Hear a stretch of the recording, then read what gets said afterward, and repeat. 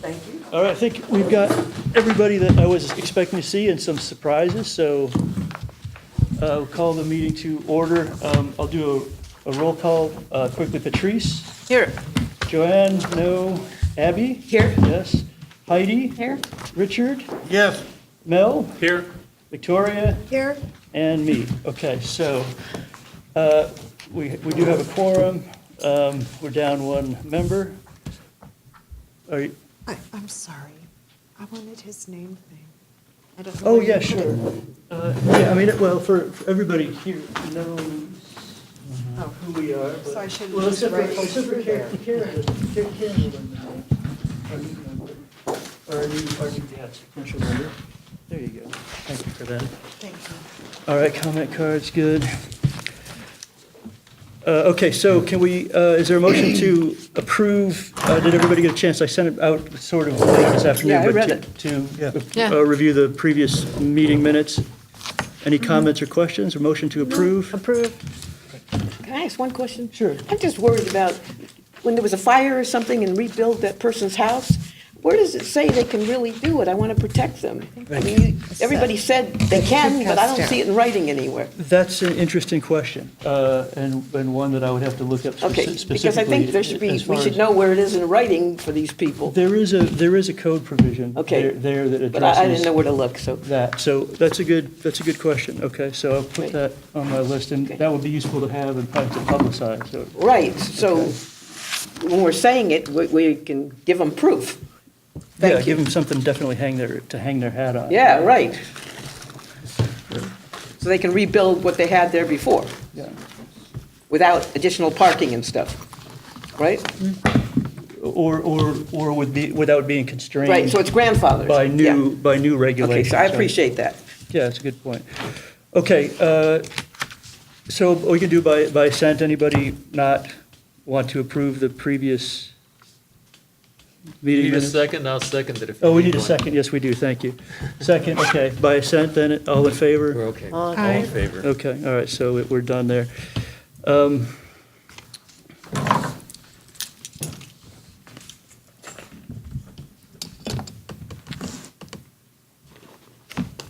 Okay, so I'm going to front load the the update by the committee chair portion and probably not go very deeply into the Recode LA, which is the last agenda item, and be kind of quick about the discussion of the state bills that are addressing and possibly going to be influencing Los Angeles's response to the quote-unquote granny flat ordinance. Because I want to kind of take some time to talk about some of the recent things that we've discussed and the follow-up on that.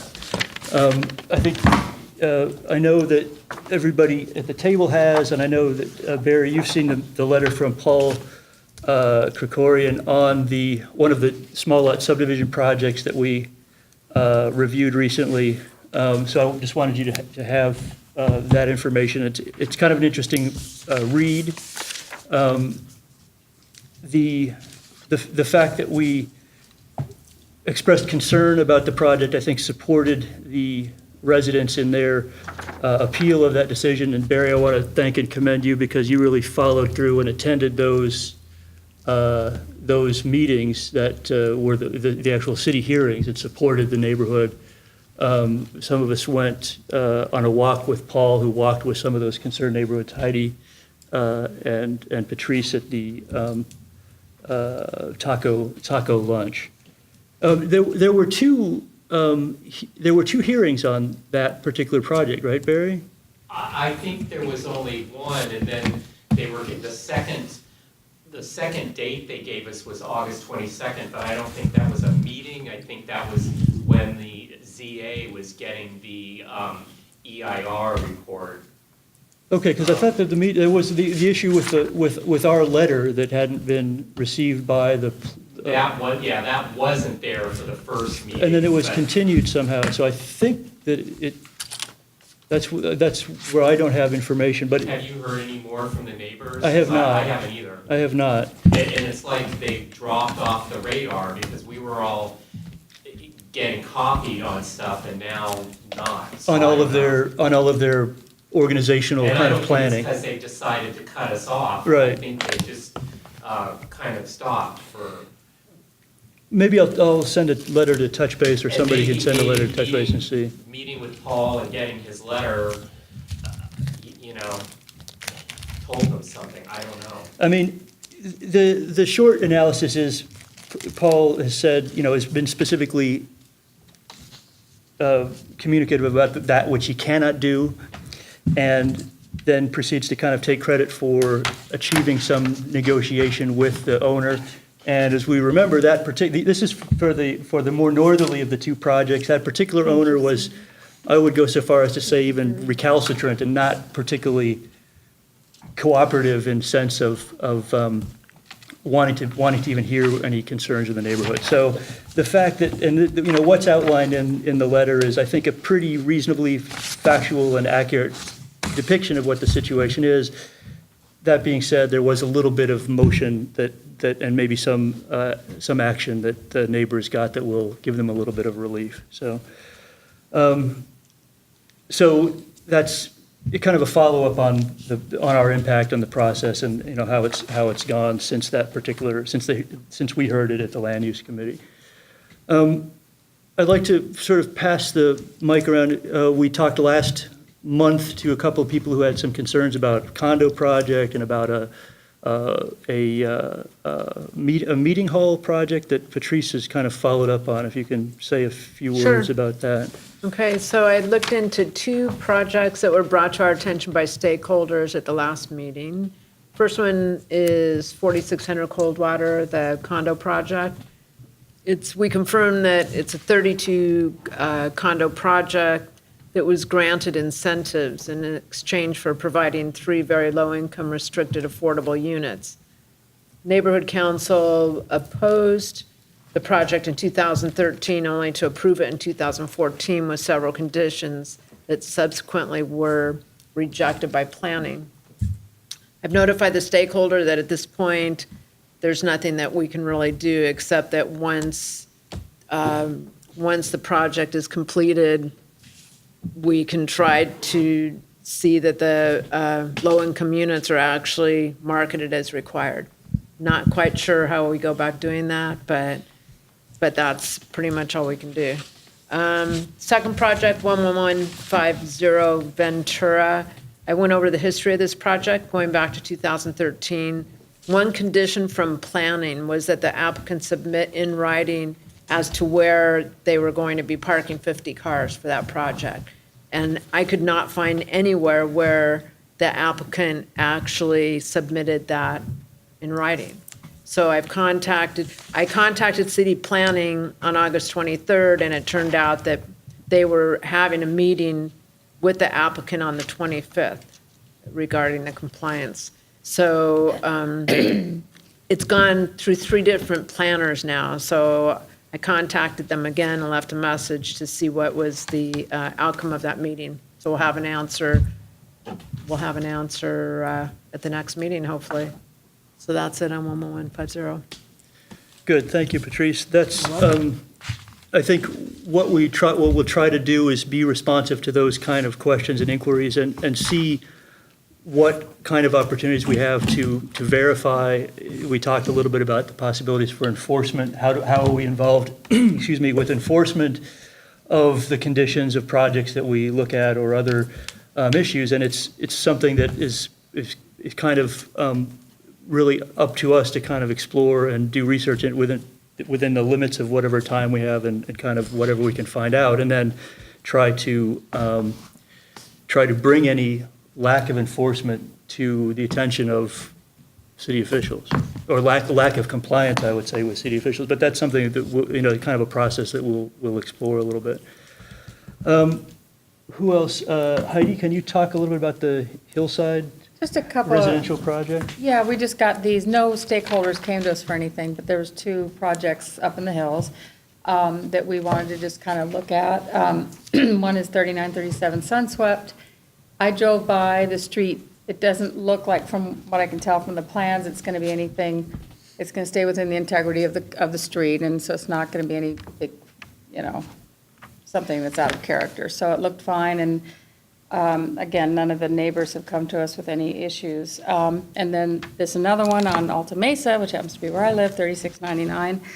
That looks rather large, but I did contact a couple of the neighbors, and they said that they are aware of it and didn't have a problem about it. They may not know the extent of the property, though, so we're still going to look into this, I think, a little more and make sure it's going to, if anybody has any issues, we'll keep an eye on it. Good. Yeah. That's one of the things, because, I'm not going to go through all of these tonight, but these are basically, and really these are about 10 cases, but this is the volume of paperwork. I mean, obviously, when you're getting plans, you're getting reduced sets, but you're getting a lot of paper, right? So we have a pipeline of projects that are coming in, and I want to figure out the best way for us to use our time wisely to have meetings about projects where we can make the most difference or have the most impact, and kind of choose our battles wisely. So if anybody on the, kind of as we go through this update discussion at the head of this meeting, if anybody has any comments about that, I'd be interested to hear. And I know Richard, as a Hillside resident, I would like to kind of be able to route these Hillside projects, right? Have Heidi, you look at it in her area, you look at it in your area, and see, because a number of the Hillside projects that we get are for say a new house that's constructed, that because it's on a substandard limited hillside street, automatically has to go for a zoning administrator's hearing. Now, I don't know that, my thinking is that we don't necessarily need to look at each one of those houses that is kind of almost a de facto approval of a process that is and a well-resolved administrative process. But that's, again, something I'd like particularly the Hillside residents to kind of weigh in on. So selecting which projects are important here, I think, is going to be something that we need to try to focus on. Victoria, you went to one of the meetings at Plan Check LA? I went to the Plan Check meeting that talked about the metro development, proposed metro development projects. I was really dismayed, and I would personally not be in favor of giving these people any money. They want a lot of money, and yet if you ask them for, okay, let's see your plans or your renderings, they have nothing. I said, well, we don't know what we're going to do yet. I don't think that's a good thing when you're dealing with government, to just hand them money without plans. And this is the county? This is the metro, whoever runs the metro. Which is county agency. But it was metro-wide? It wasn't, they weren't concentrating on one station? No, this is just the money they want for future projects, and the projects stretch.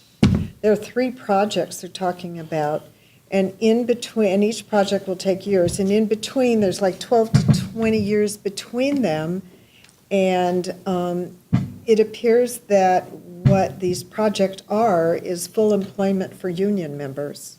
That's what just speaking honestly here, I'm not couching Because, we this. defeated one on top of our metro station.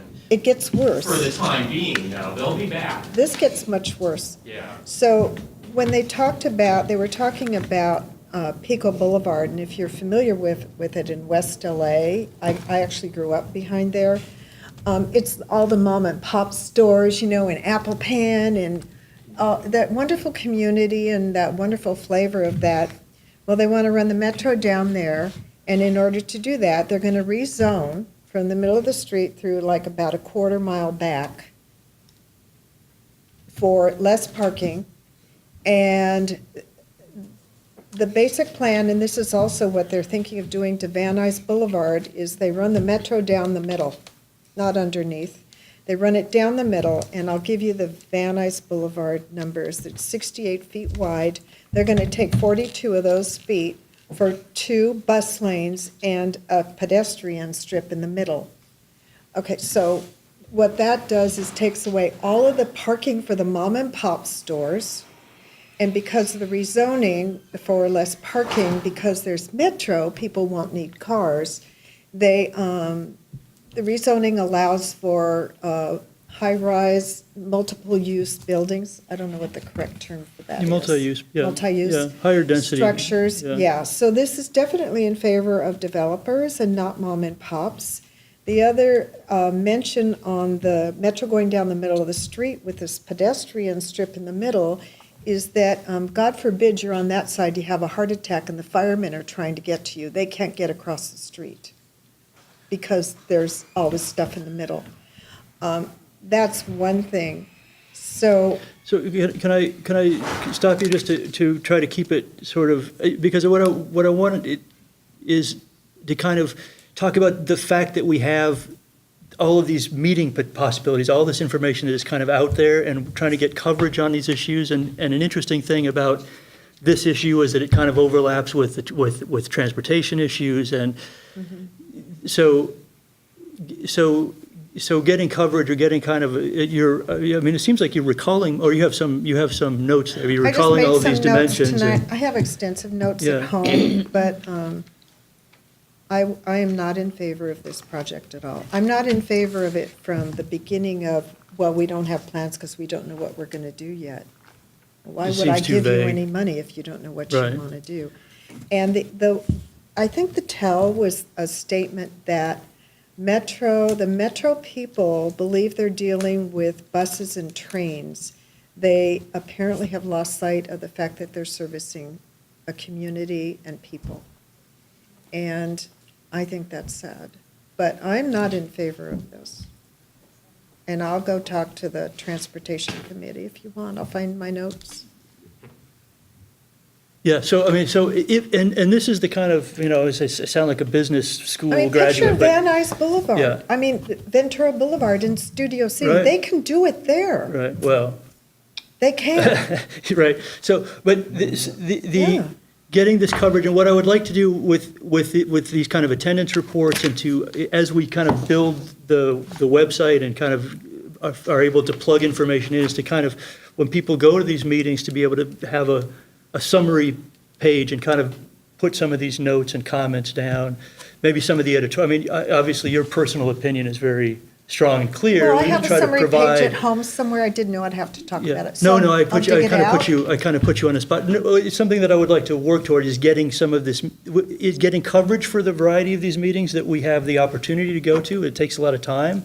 There's a lot of dedicated people that, are going, but I would like to be able to consolidate and share that information in some way. So that's something that will connect to the meeting, I wanna to make the a website maybe. comment, and I don't care if I hurt feelings. It was interesting to me that I, as a complete newbie to all of this kind of stuff, was the only person representing Studio City Neighborhood Council there. Where was the Transportation Committee? Why Well, weren't that's, they there? I would say that, I've heard all the propaganda over the Yeah. years from Metro, Mhm. so I don't need to keep hearing it. yeah. Oh, so it's you. Okay, but nobody else was there. Yeah, it's propaganda though, those plan check meetings, a lot of the people they invite, it's really to entice you into their ideas, so when it comes before your neighborhood council, you'll vote for it. Okay. They're essentially lobbying you, Okay. and I've caught on to that Well, crap. This is good because I want to know which of these meetings we need to cover and which ones Yeah. maybe we don't really need Now, to think so hard Some plan about. check meetings they've had over the years, I can remember, there was stuff, they would teach you about, Zoning. zoning and stuff Right. like that, which is good. Right. But sometimes their invited guests are really there to do nothing more than lobby you. So maybe we need to keep an eye out for meetings that seem of particular Okay, interest. some people and, watching that, you know. but this meeting was not favorable toward the Metro Commission at all. It was not Well, that's good to favorable hear. to them. You mean the participants or the public was not? The man who gave us all the information has been around a very long time, so I'll have to get all that. I'll get it written up for you, and I'll get it to you, too. Yeah, I mean, if you can do a page or whatever you feel is appropriate, but I think that's a useful resource, so. Yeah.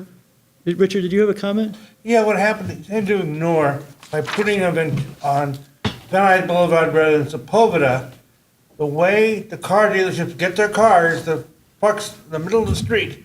That's exactly the area being taken out of service. And since the city of LA and the county get a lot of money, sales tax collection, if those dealerships can't get cars, they can't be there, and the city loses a big chunk of sales tax, as well as inconvenience. Yeah, that's an interesting observation, because that's the boulevard, that's our boulevard of cars, right? Van Nuys Boulevard is the Yeah, dealership row. like Brandville, I don't. Yeah.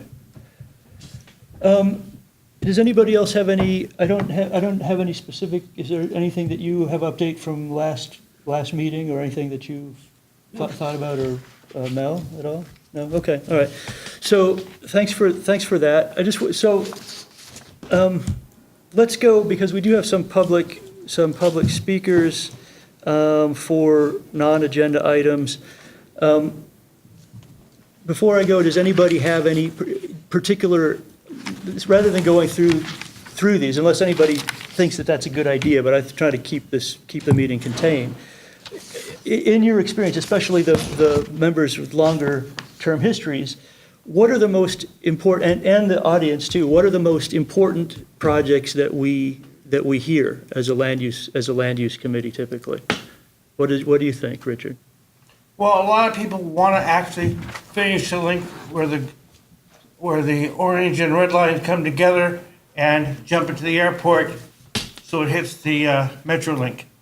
So and from the a airport from a itself. transportation standpoint, but in terms of the cases, in the types of cases Oh, that so come inside our to stuff? us, Yeah. that come to the land use committee, referred by some planning discretionary action. I think we're going to hear a lot of static about the granny flats, and are they going to actually add to the density or not?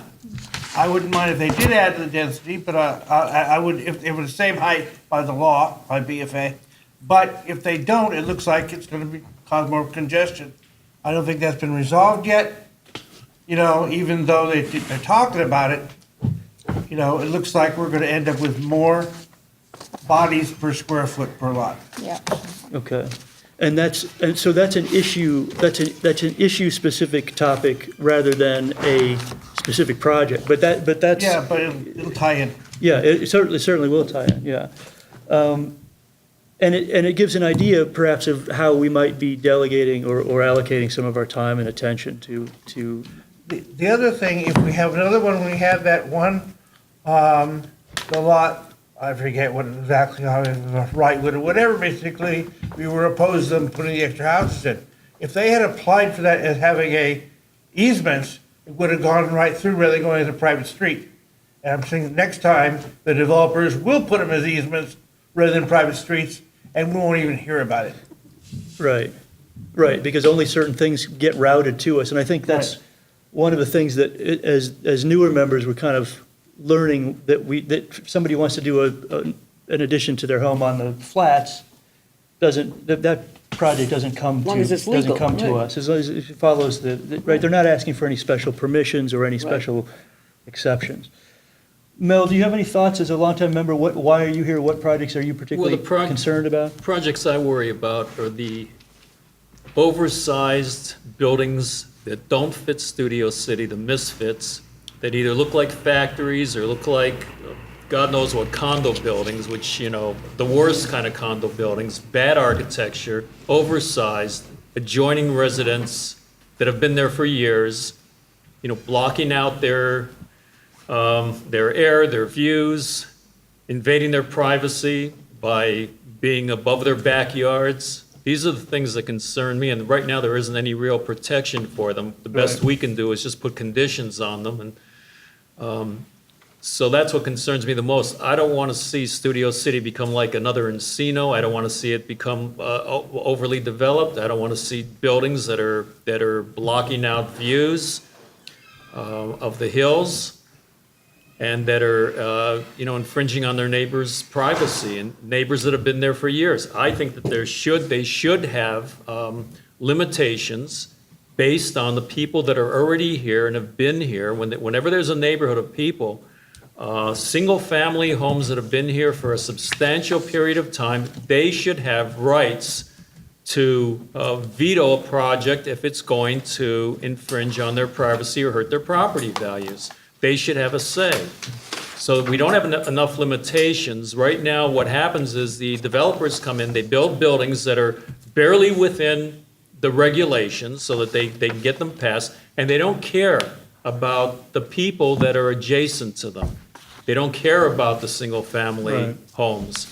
And they don't mind changing the neighborhood because a lot of them don't live here, and they don't care what they do to the neighborhood as long as they make their profits. The other thing I worry about are condo buildings. I don't want to see a lot of condo buildings. We were threatened with condo buildings where Sportsman's Landing, and I suppose, I don't know if it's still on, but I know that the alternative we were faced with was having approximately four condo buildings up to the height limit. You know, that would really be a mess because we can't regulate those people. They end up owning their property, owning their condos, and you've got no controls over them at all.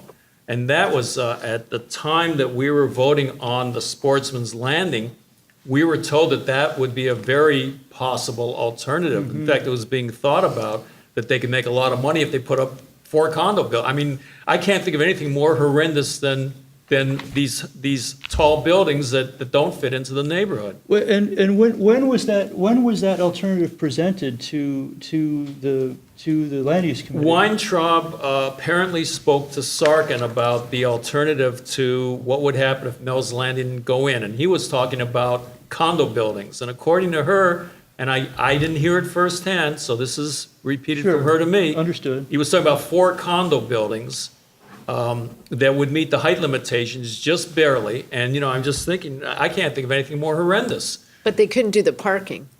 They The- couldn't do underground parking because of the water table, from what I Well, I understand. don't- It becomes prohibitively Correct. expensive. It becomes I- quite an Right, it investment. was too expensive. It's to I don't know what You they can were do planning. it, but- Yeah, I don't know what they were planning in Right. regard to the And parking. I think didn't hear they anything would about need a that. zoning change to do condos on that property. I don't think that's by right. Right. The- It was a threat. That's one concern that I have, is that whenever a developer comes in and says, you know, if they want to do a small lot subdivision, they say, well, I could do apartments. So, and then they're heroic because they're doing a slightly Right. smaller scale project. Usually they're going to do whatever pencils out to For them. their best advantage. One concern I have is that one way they can get around that is if they build, for instance, if they got room for 5 buildings and one of them's a parking structure, we got a problem. They could, if they get the city to put in a city parking structure, then they can, you know, work out an arrangement where they could build a lot of stuff that they otherwise couldn't build. Yeah. So that's a concern. That happened in Santa Monica. It's not something that doesn't happen. Right. They've got public parking buildings all over the place. Santa Monica, when I was younger, I remember that, you know, I go down there was hardly anything there, you know? Right. And now Santa Monica, you try to get out of there heading east, it's all jammed, you know, and it's a problem. People are going shopping and they're doing this and doing that. And I just don't want to see that happen to our community. We've got enough traffic. I don't want to see more. I don't want to see I don't want to necessarily see many public parking structures. A low parking structure, an underground one or a low one, okay, you know, if we need it, we need it. But I don't want to see anything like what Santa Monica has. I think it's the overdevelopment, and what the developers will get away with whatever they can. And they've been eating away at our small suburban community, and they will keep doing it if they can get away with it.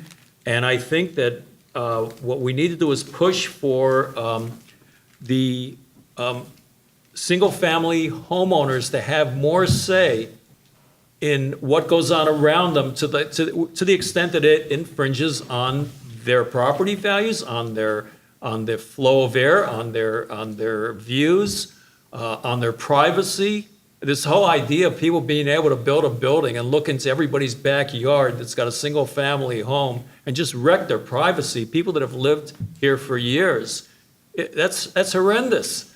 So largely it's an advocacy role, really, in as much as anything, to kind of represent these interests and put whatever kind of break or send that message. Well, one message we have to send is we don't want Studio City's character to change. It's changed enough already. We want to preserve what we have. We've lost enough. And the more they can do, the more they will do. And the more they can do, the more they make excuses to do something even worse. And so this whole thing about, you know, a conversation, it's interesting, in the land use committee, when I was sitting there, one person, I don't want to mention her name, said that we should be more like Encino, and I felt like saying, then why the hell don't you move there if you like Encino so much? We don't want to be more like Encino, that's why we moved here, that's why we didn't move to Encino. Good. Thank you. It's interesting you brought up the condos because some of the research that Patrice did revealed to me that some of the backstory of how we came to have our condominium standard conditions, the process of having that heard in, at the land use committee, and then the kind of ratification of those standard conditions at the full board meeting. So, but what was also revealed in that research was that the land use attorneys have many arguments to say, according to the California MAP Act, there's no authority, which was what Aaron Bellison said in relation to one of the small lot subdivisions that we talked about. And even saying that a lot of this, the idea of the higher density condos usually goes to some attempt at an affordable units, right? So you get a dispensation on the number of units and sometime other Have balconies bonuses. and all of that. All of those things. And so one of the things I'm trying to navigate conceptually is what is our real leverage? Because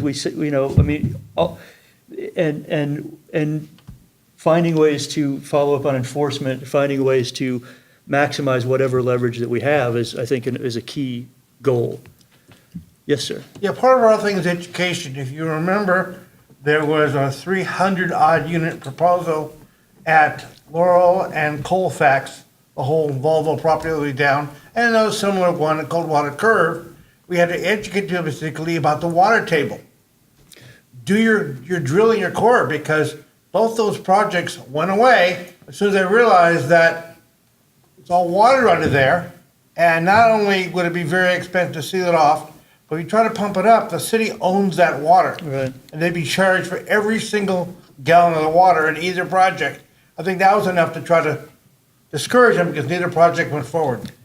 That's sort of the Education. the collected wisdom that I would like, and we are kind of restructuring the website. That's why not everybody's name is on the land use committee page. But I really would like to have kind of summary information for people people who are thinking of developing condos, people who are thinking of developing small lot subdivisions, right? That talk about whatever standards we have formalized and other kind of caveats and warnings that can give not only homeowners and community members, but also developers a sense kind of what they're dealing with. One other thing when it comes to the education part, which I think should be part of this, we had an applicant who wanted to have their hamburger stand open all day long. And we had suggested basically, why don't you go down to Dupar's and see how many burgers they sell at 4 o'clock in the morning? Right. And so they finally educated themselves with our push. They said, wait a minute, this is not really a good idea. You're not gonna sell any by just looking at another place that can't sell them. Good, thank you.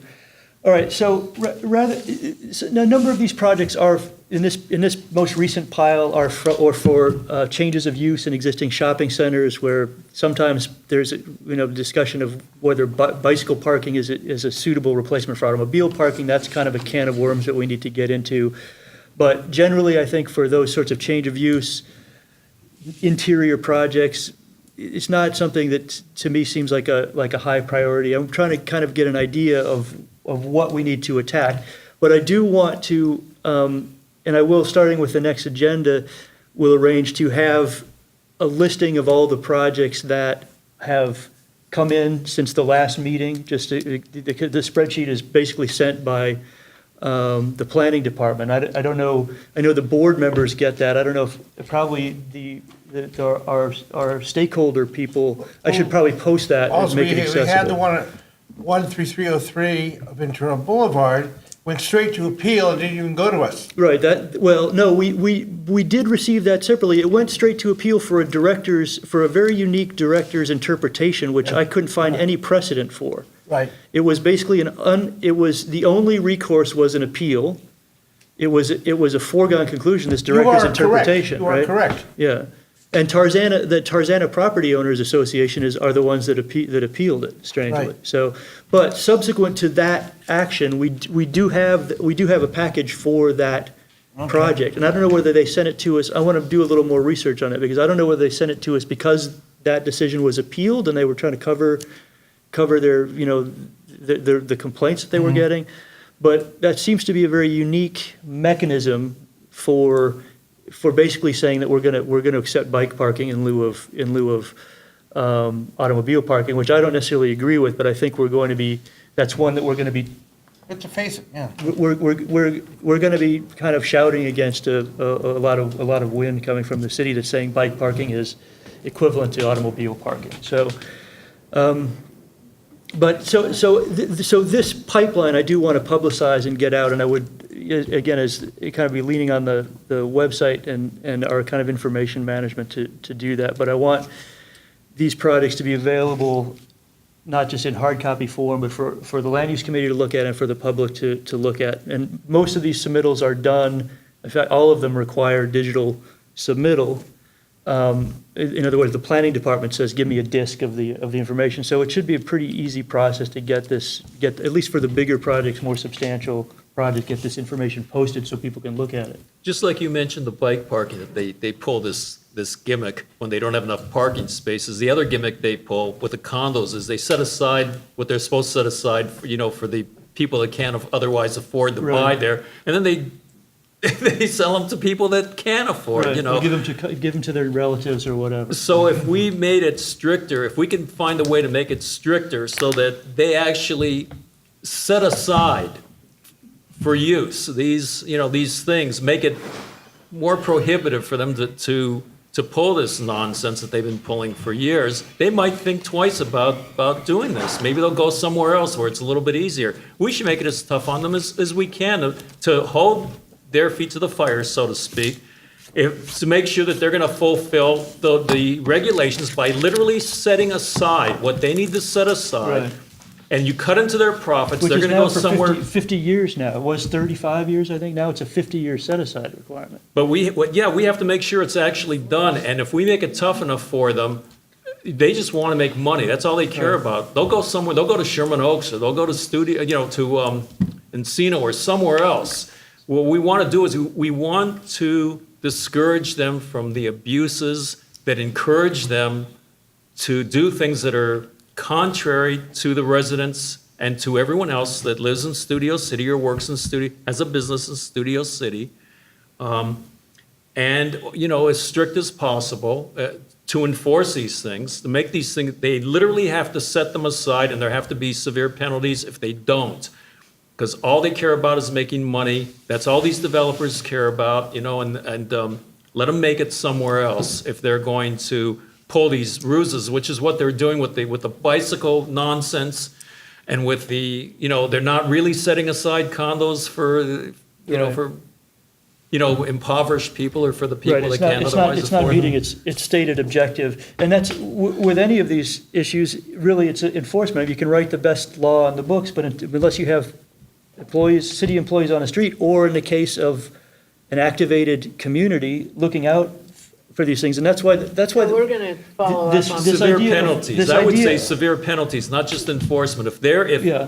they know that they have to set this stuff aside, if the penalties are severe enough, if they don't, they're going to go somewhere where they don't have the penalties. Right. Well, They're that- going to and find the that's what easiest way. That's what our advocacy, that's where our role of advocacy comes in, because we're only working with the laws that we have But now. penalties take enforcement too, and they're not. Right, so if we take some case studies, right, if we take some of these projects that have gone through in the past that are being constructed, and we kind of follow up on them, maybe we can document these things in a kind of a citizen journalism and kind of say, look, here's what's actually happening. Can I take, Karen, you had a quick comment? Yeah, it seems to me since we don't have any legislative power, we don't have any legal power, really. That all we can do is agitate, and you make Studio City difficult for Exactly. developers, right? Exactly. You become agitators for the overdevelopment, basically. Yeah. And we have to do that through, publicizing, getting support from the community. Do you want to, would you want to, introduce yourself to this crowd? Because these are people that you, I mean, if Karen has expressed interest in joining our committee. So if you want to just say hi, put you on the spot. My name is Sarah, and used to live in Encino. But I only lived there a couple of years. I'm married to John Sarah, who is from Studio City, and he works at CBS now. He used to work for Fox, which is why I live in California, because I met him when I was going to school in New York. And I'm an artist, and it's kind of weird because we just moved back here from New Jersey, so it's like I'm trying to sort of figure out what I'm doing too. But anyway, let me start over.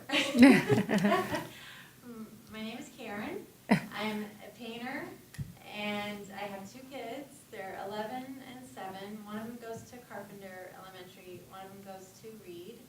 And we've been walking them to school, which is amazing for us. We can walk. My husband can walk to work. I have a studio in South Koreatown, so I drive there to work, and I also work at home as a graphic designer. So I'm very politically motivated to make life better. So I do a lot of advocacy for. I used to do universal health care advocacy, and I was the secretary for the health. I can't remember the name of it now. That's okay. You know, I mean, it's not an interrogation. We're just kind of, Yeah, yeah. we used to meet in Van Nuys. I can't remember the title of it. Healthcare for All. And then we moved away. So when I was in New Jersey, I got very involved with 350, which is an environmental organization that wants to limit the influence of fossil fuels in our environment. And now I live in Studio City, so I'm interested in creating a pedestrian-friendly city, and that's why I'm here. That's great. Thank you for coming and really having interested people who are willing to be involved and who bring an energy to this all, which is volunteer work, is critical to kind of our success, I think, in our direction. So thank you for that. Okay, Richard? returning for a moment to the enforcement of area that are set aside. Because on the condos, we can actually put this as on the deed of the individual condos. It's less effective when it comes to apartments. With condos, when you're going through the Subdivision Map Act, instantly private attorney general statute all of a sudden becomes effective under 17,200 of the state codes. So what happens is there is a way of enforcing it by actually putting it on the deed of that particular condo, the restrictions. At what And- time do you do that, though? What? After they're built and when they're being can't- marketed? No, Or at the very prior- beginning, in the when they're beginning. doing So the it's too declaration of late, like, condominium and the Subdivision Map Act, that's all filed with the state. Therefore, people, if the Attorney General does not enforce it, a private person could do it and get paid for it. So it also has a lot of incentive to enforcing these things, and something we can do at the very, very beginning, which the judge does particularly, put this on the part of all the deeds of the units that are affected. And then anybody, including some lawyers, can go after them and try to get a result. It's one way of doing it. Good. Okay? That sounds like a promising kind of hook to that I'm saying issue. it's something So- that we can actually do and put it in one of the conditions. All right, so let's talk about that Unit 4, in more detail. G Yeah, and 5Q and whatever, those are the ones gonna be, fine, commit to it. got it. It's gonna be on the deed, it's gonna run with the property. Yeah, that's what gives real authority is to get something that is basically running Right. with the land, right? Right. Okay, thank you, Richard. Alex? Can I comment? Yeah, sure. I mean, okay, so here's the thing. I'm probably going to become known as running a fairly loose meeting, especially when it's this size, but last time we did go long, and I know you have some other important things to talk about, but please, comment. Just no, I kind of wanted to echo just some of the ideas we're talking about here. The rules as they are so weak. The fact that we're not even enforcing those gosh, I almost hate to call them just, going through the motions type of, things they put on to these rules, so they know there's no enforcement mechanism, so they make it look nice and hard and fortified, and at the end of the day, nothing is left for for people that need affordable housing, and nothing's ever enforced, but it looks great. On paper, it looks On great. paper, it looks Yeah. great, like everyone's been doing their job. Yeah. You know? The key is though, we can't even go there. I would love to echo the idea that you brought over. We need to be the vocal opposition. I know what has been written and I know what by right is, but there has to be a point where we start turning the ship to a new trajectory, because with the projects I'm seeing now, which I could be wrong, but I would say that more projects have taken place in the last 4 to 5 years than have taken place in the last 15 and 20 years in this area, as far as units being replaced by new units. So my point being is that these are great ideas being echoed, but remember, and I think Barry mentioned it, what starts when we actually get some traction has no inclusion of these new developments that are currently happening. So what we're gonna have to start doing is realizing that what we do today will probably impact our next generation of people who live here. I mean, that's how far advanced we've gotta start Yeah. working on this. Yeah. So if we're not even bringing that dialogue up now, guys, in our active lives, we probably won't see an impact of what we wanna do. I hate to sound so crazy about it, but literally, this thing takes years to implement. So what I would suggest is we bring on a new way of thinking, saying, you know what, developers, how about like for like? How about unit for unit? Why a conversion of 10 to 40 or 80? This is our problem here. Why don't you have affordable housing like for like? You want to build new affordable housing? That's all you can do. It's going to be like for like. We do not want to replace our tenants who work here, barely can survive with new unaffordable housing. It is not progress, people. It's not. So I know I'm speaking to the choir, maybe not. Oh, yeah. But I just wanted to.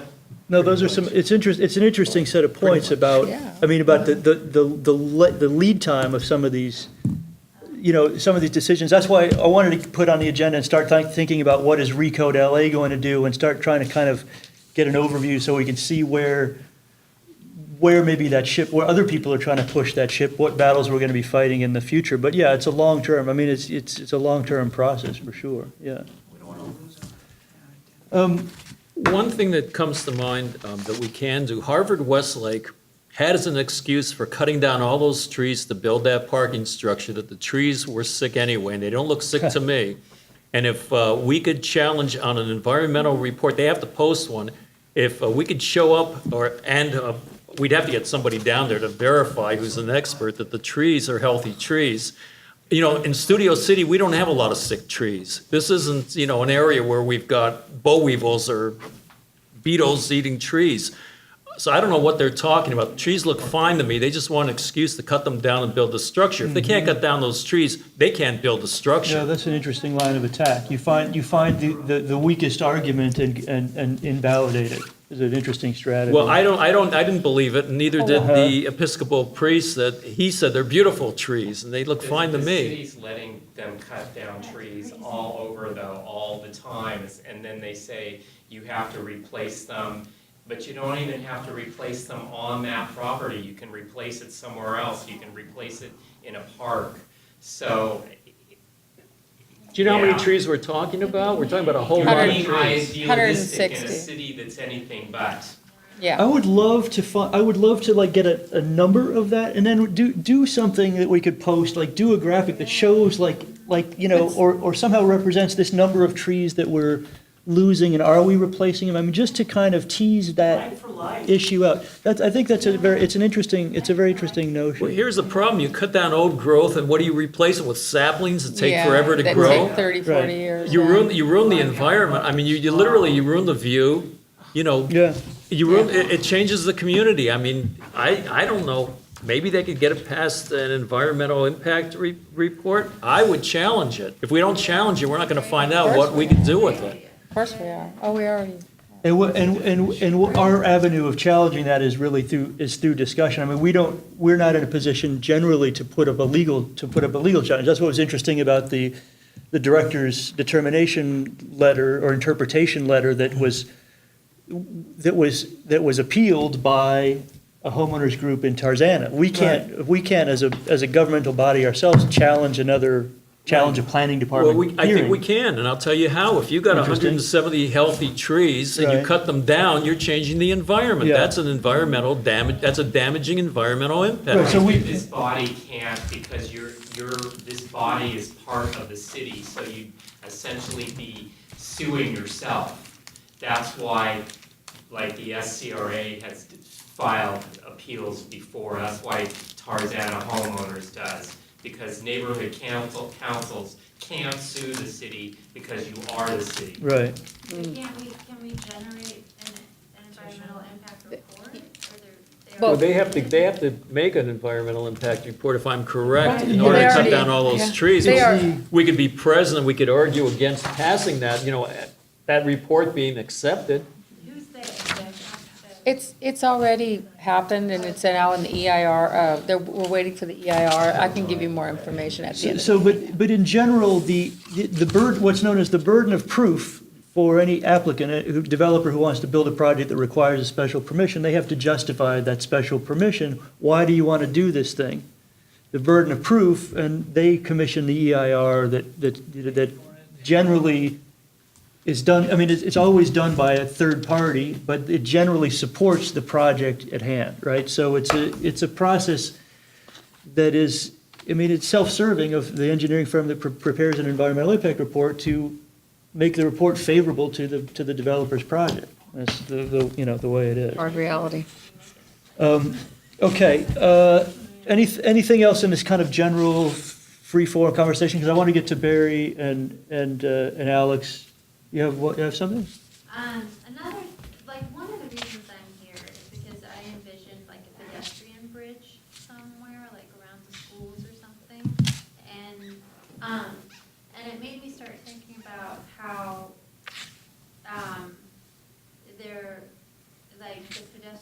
there's so many ways in the city that the sidewalks end, or, they're, difficult places for people to walk. Like, just even coming here tonight was a great example of kind of how pedestrian traffic is ignored in favor of the road and in favor of the traffic. So that made me start thinking about how one way we could gain leverage as a voice would be to actually build something, to build, a popular architectural thing, or, just make it friendlier for the people that live here. And then if we're like preserving green space, and, if we got a reputation for making the environment better. I got a letter, I guess there is a group that does stuff like that. Yes. Right? Well, Barry, you might want to, you could probably tick those off. I mean, the Business Improvement District, the SCRA does, the beautification. I mean, there's a lot of Yeah. organizations in Studio City that are contributing. Studio City Beautification is an offshoot of the SCRA, and I was at that meeting at 12:30 here today. Ah, what's the SCRA? Studio City Residents Association. Okay, so maybe we need to build those relationships. Yeah, and one of the great things, We're all supporting each other, and Yeah. maybe you are already, right? Yeah, pretty much. But if they all became sort of, mixed in, then that's a greater voice, and there's more public support. right. For our voice. I think there's a fairly high degree of cooperation, but it's an interesting mix of kind of public, or where kind of city government volunteers and private, or what do you call SCRA? Is a private homeowner, kind of a homeowners association in a way, but not with any set It of, includes renters, so Right. any, all residents, all yeah. residents. Yeah. Right.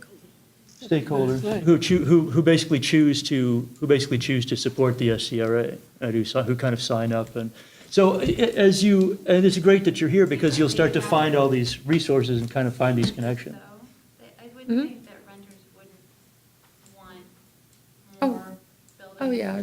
Yeah, similar interests, I would say. And anybody who, really, to me, anybody who gives a damn enough to show up, really, I mean, it doesn't matter what your kind of stakeholder, whether you're an owner, renter, business owner, right? If you're committed and want to be involved, that kind of proves itself out over time. And finding ways to get more people to speak up, to contribute, I think is an underlying objective of the kind of neighborhood council in general, so. Thanks, Karen. Okay, go ahead. We have to watch out the way we phrase it, because the city arborist could easily say, okay, replace the trees that would be displaced by the Harvard parking project. That's what we're discussing. We say, okay, you bring in 50 trees, 40 feet or taller, we're gonna find an equivalency, and the case goes off the table. Right. Despite there being an EIR. Right, They can easily do that. There's a guy in that position, and he could say, put them all here. And all of a sudden, yes, you now have 50, 40-foot trees. But it doesn't solve the problem for us. It just solves the problem for their mass. right, as a kind of just an accounting principle. Throwing a bone, right? yeah. Yeah, but that's the kind of fight that usually you pay attorneys and engineers and consultants a lot of money, right? I mean, it's a challenge because we're doing it, But we're we can basically making these arguments for We can free. collect data to put it in their hands to actually Yeah. take it, present it. Yeah, that's good, that data collection. I think that goes with the idea of following up on some of these cases and trying to Over here. to put information together. Okay. Okay, can I move on to our official public comments? Barry, would you like to, you said you had four, so the general public comment? Time it? What's that? I was just going to encourage everybody to watch for information on the Neighborhood Integrity Initiative, which is going to be on the March city election ballot. I think it's the last time we have sort of an off-year election, and then everybody gets 3 years instead of 2, and the next election, like municipal election, will be in 18 in November, but this one's going to be March, this coming March. And if there's any way we can attempt to take back our city, this is maybe a way to do it. So I haven't read the whole thing yet, but I like what I'm hearing, and we have to do something to take back our city. And, I never thought we'd have a worse mayor than Villaraigosa, but I think we do have a worse mayor than Villaraigosa, because he wants to densify this city something awful, and I am just not for that at all. There's plenty of land in California where people can live, and they don't have to all live in LA. Thanks. Thanks, Barry. Okay, Mr. Isbicki. Yes, hello. Hello. Okay, well, I just wanted to bring up a topic that has to do with Harvard Westlake, but it's nothing to do with a parking garage or anything like that. Basically, I passed out PADs to all of you, which is the Harvard Westlake, when they were granted their lights in 2006, September, when it was approved. Of course, without discussion to the public, that was readily informing people that they can discuss this, especially in an area such as Coldwater Canyon. When they were granted the PAD, which is an attachment to their CUP, it came with provisions of what they would have to do in order to maintain these stadium lights on their sports field. This is a revocable PAD, and if these things are not complied with, the right to have these sports lights can be revoked by the city of Los Angeles. Just since I've lived on the property, which coincided with their first year of having night games in 2007, the sound has gotten just louder and louder from these games. And I sent a letter to Miss Marble, who's the contact person at Harvard Westlake, kind of expressing kind of the history and what I've been contending with as far as the noise and sound. And in my opinion, this is evening games. And when the PAD, going back to the PAD, when it was issued, the reason why they issued these conditions was because this is not a high school having day games. The topography of the area is very sensitive, and it carries noise in very odd ways and for very many distances, even north of the river. For that reason, they placed these points of what needed to be followed. Well, that includes complying with the LA noise ordinance. Otherwise, I don't know if a high schooler has to comply during day and whatever, normal operations, but for this addition of these lights, when those lights go on, you have to comply with the noise ordinance, and it's stated, I think I highlighted it on the PAD. Anyway, just want to let you know some background. Last 2 Fridays ago, the game, I think it was their first game of the year, the sound was really, really loud. From my vantage point, I could see their crowds were only about half filled, but yet the sounds were just so loud, and I got to thinking, well, wait a minute, why can this be? Well, first of all, they've added, and again, I've stated it in my letter, which I copied you guys on. In the last couple of years, they've added a drum corps. They've added a ringmaster screamer who tries to rally the crowd to get crazy. And this is on top of the announcer who just mentions, which players are coming in and out, comma. My point is that all these additions, there's nothing to really say at what point this stops. There's nothing, we've never brought them to task to say, well, wait a minute. You have been given a right to have night games with lights in a canyon community. Have your game, but make sure that this game is done with the sensitivity of where you're located at. You're not in the middle of a Valley College where you abut mixed use, or you're on major streets. You're in a canyon community. Anyways, my point being is that I heard from other neighbors that they were having trouble putting their kids to sleep. From the inside of my home, I could hear the noise. And I'm thinking, what about people that just want to come home and relax on a Friday night, or have a Sabbath dinner? It's impossible because the noise is so intrusive that it literally doesn't allow you to think. So what I'm trying to do is I'd like for the Land Use Committee to maybe put on their agenda that this is a concern, and that basically that Harvard Westlake be brought to task as to complying with their PAD, so that we don't eventually have F-16s flying by, or fireworks shows, or they put out a Jumbotron, which they actually did. Right now, they are piping music at during their halftime, which is not legal. They are not allowed to amplify music. So really what I'm trying to say is that there's really nothing that's been set.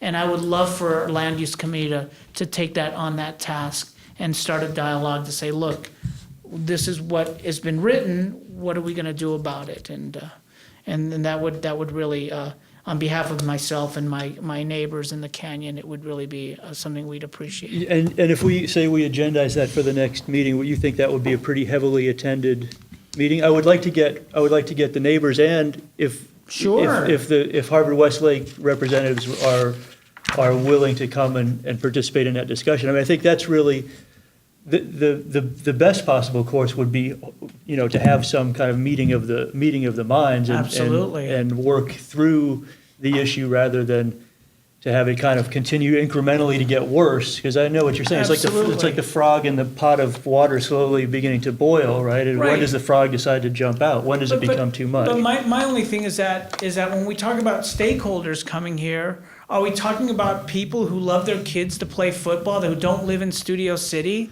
And they're going to say, I love my kid to play football. They can make as much noise as they want. I don't, that just doesn't seem like we would have a real dialogue. Well, I'm not necessarily Yeah. thinking, I mean, obviously, whoever would come would be, I mean, it's a public meeting, right? But I'm thinking of the, you know, the staff and management of Harvard West, like the sports director, Absolutely. whoever, I mean, whoever. Find out the process for revoking. Find out the Yeah. process for revoking a PAD. Something Yeah, else, definitely. you can get together with your neighbors and and prepare a petition that it's a private nuisance. And they could be threatened with a lawsuit, a class action lawsuit by the whole class of you and your neighbors for creating a private nuisance. It's considered a private nuisance to each one of you.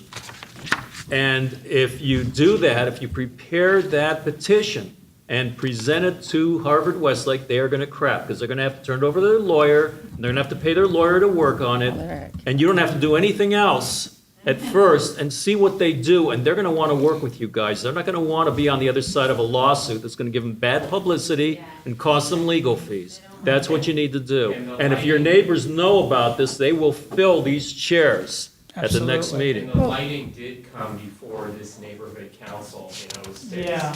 both land use and the full board, but let me also say it was well before John Walker and others. Okay, so it's ain't kind of, it's in whatever record of that discussion is in a box someplace in the No, I have basement. it. Yeah. Oh, you have I some. have it. The thing was is that they used mitigating alternatives than actually doing an EIR in the middle of a Oh, yeah, canyon. they took a shortcut. They But- took a shortcut, but and it not only seems- that, but they it's- only communicated with neighboring homes Yeah. of the school, which 30% were already owned by Harvard Or, Westlake. oh, I see, they already owned the property, Yeah. the school itself. They own the Yeah. abutting properties, Yeah. 30% of So them. to control the It was game. wonky at best, Mm-hmm. but yeah, I understand what you're saying though. But getting on the private nuisance side of it, again, I would love to have a dialogue with the school Yeah. and with the neighbors. Well, you want numbers with that dialogue. You want a bunch of numbers, names and Absolutely. addresses and phone numbers on a petition. Right. And let them have a dialogue and let somebody represent all of those neighbors if they want you to represent them, and have a dialogue. You've got numbers behind you. If you do it by yourself, they're gonna laugh you out. Yeah. If they think they're actually gonna have to hire an attorney or use their attorney, which is very expensive, to fight you guys, they'll work with you. Well, we Trust got me. numbers. But Part of it it's sounds- collecting the numbers. If we also can say, okay, let's go to the statute, just like for rock concerts, you can't go more than 83 decibels at 100 feet from the property line, or some other way of quantifying it. If we can get that to be the law, or may already be the law, There is a basically. law. It is a law. There is, Okay, so then- that's right here. Then all you need to have is some sort of testing, something certifiable. We already something- have one. We have a sound test. But is it gonna be official? I'm sorry, you know. It is, it's an court official, recognized. it's So an that was official sound. a couple years ago? 1 year ago. 1 year, okay, good. And they're not gonna want the publicity either. I mean, if you guys are moving against them, and there are a Especially bunch now. of people moving against them because they're violating homeowners' rights, then you could take it to the Times and have, in major newspapers, have them publish stuff. They don't want that. My It's the last concern thing is that they if we want. do have an open forum, I know what happens. They get their troops to rally in, and we get a lot of noise, But- literally and figuratively, that we can't get down to. But to me, it doesn't matter what they say, because it's not about them, It's it's not an about opinion. this. It's about breaking the law. Are there decibels Right, over got it. what are supposed to Okay, be? right. So it actually I get it. doesn't even, It'd be like a rock yes, concert the venue. neighbors Same should come idea. because they're saying, yeah, it's louder than it should be. Right. They can't sit on the other side and go, Say oh, it's but we not. love football. Right. It's not Okay, even, got it. it's not even They a, can't dispute it. it can't dispute it. Right. So it doesn't really, so Well, no, but I really, it mean- does not matter what they say. It's the numbers. Yeah, that makes sense. One way is get a chart, an audio chart recorder during the game. Right. There's empirical data and you'll see it go and you keep this ongoing record of every game. Yeah. And It's just getting worse and worse. They're adding things, these non-essential Oh, of additions. course. If you want a game, which was what the intention of the lights are, Right. have a team, Right. have a crowd, have a couple whistles, and have a good time. Right, but by definition, the lights are for night games, and nights are particularly, by definition, sensitive, Right. more sensitive And than the hence daytime. the addition of the So, noise ordinance. I think that argument is fairly clear. So, You'd I'm- also I'm- get a reporter out there when the game's going. to witness what's going on, and with a mic and a camera and the whole They could deal, sit in and my it comes living out room, on too. television, on news, Yeah. they're not gonna want that. Hopefully, So- it's not a reporter that has But my point, and I'm glad to put that topic on the agenda. It just, that, I mean, as a public forum, we agendize it, and I mean, the reason we would put it on the agenda is to get the input from the community. Hopefully, it would be a topic that would draw people who are going to express their concerns. It might also draw sports fans from Harvard Westlake, but that's gonna, I mean, that's It not doesn't- something we can avoid. But yes, fundamentally, I it don't doesn't think you should change. Doesn't avoid it, matter. but just to The- know the- what the this is- argument. It doesn't, yeah. Like Heidi said, this is quantitative. Yeah. Yeah, It's- this is it's- about it's- the it's law. not This an is not opinion. about Yeah. opinion, yeah. It's I already don't- been established as to what's considered, Right. you know, that. It's in the code. And we, Yeah. and we It's on your have, side. in that Egregious. collection of information, I mean, we got your letter, right, copying those letters to the land use committee, I think is an excellent idea, because that's how we take, that's how, I mean, for me, that's, as a chair, that's where I'm taking my direction from the community. Yeah. Right, I'm just a humble vessel, right? I mean, I know some things, but I don't know what, I mean, I know what's important to me, but that, in a way, doesn't even really matter. So No. when we get correspondence, when we have petitions, when we have maps with little, dots that Yes. say on January 3rd, or hopefully it's not, that far, October 3rd, I was bothered by this noise, and you start seeing, oh yeah, these people are hearing it all around Right. the hillside. And have some, in addition to the list of signatures, have some graphic elements, right? Because a Right. picture tells 1,000 words. You have some things that people look at and you go, oh, man, If it's you like could so. stop them there, you could stop them from putting on all the lighting and Yeah, playing I'm not those even practice talking about games that. on top I of didn't hear a anything. parking structure. If you could stop them there, they're Yeah. gonna know you're gonna be able to stop them with their parking structure. It's an ongoing tension of establishing the rights of the existing neighborhood. Exactly. So, I mean, we, obviously, we're just at You this know- meeting, so we have some time for the Yeah. agenda for next meeting, This- but it's something that I'm This is not glad an to consider. opinion. Yeah. It's It's a a fact. quantitatively established point of where we have an invasive nuisance. No, I know, Yeah. because So I, that's the part where I'm trying to say, I 'Cause guess, I have and heard thank you them. for Yeah. recalibrating that yeah, thought. no, I've heard them Yeah, across yeah, Elko, so north of. I don't care how much someone loves something or hates something or likes a Doesn't person, matter. doesn't like. These are numbers, Right. we're past the zone of. And they're violating. And this is another test of our enforcement power, or at least our ability to be willing to hold the feet to the fire and say, look, this is Community what we member. have as a community. Whether this is enough, I mean, how we got here, there might have been, questions, it wasn't everything we wanted, but this is what we have. So let's get our city officials and let's get the people who are beholden to this agreement to be responsive to the complaints, at least to listen and to respond, hopefully in a favorable way. It could be a nice project for a land use to Yes. help us. Yeah, well, that's why my questions about which projects are important to hear are kind of key, because we're not gonna be able to do it all. We're gonna have to choose our battles, and I know which ones, think, yeah, 2 small lot subdivision projects, we can have those at the same day, they're in the same neighborhood. Those are big, impactful projects that are important to hear. A tenant improvement, a change of use from a yogurt stand to a frozen juice stand, I really, I don't care that much about.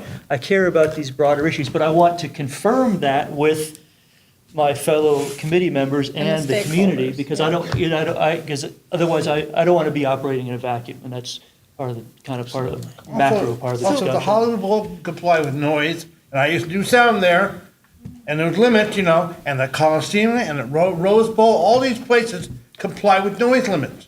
There's no reason why they can't do the same thing. Right. This is- And Don't not- think it's football, think it's just noise, we don't care where it comes from. Right. Yeah. We don't want it to go more than certain decibels at 100 feet from the property line. Right, and they can comply probably without suffering any loss of their own enjoyment. They just have to, Right. they just Right. have to pay attention to the issue.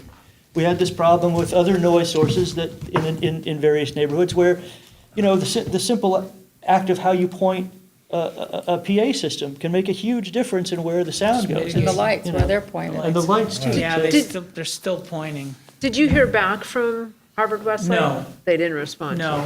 So they know they're Someone aware else, of another the, neighbor did get a response from Stacy Marble, who's the liaison, Yeah.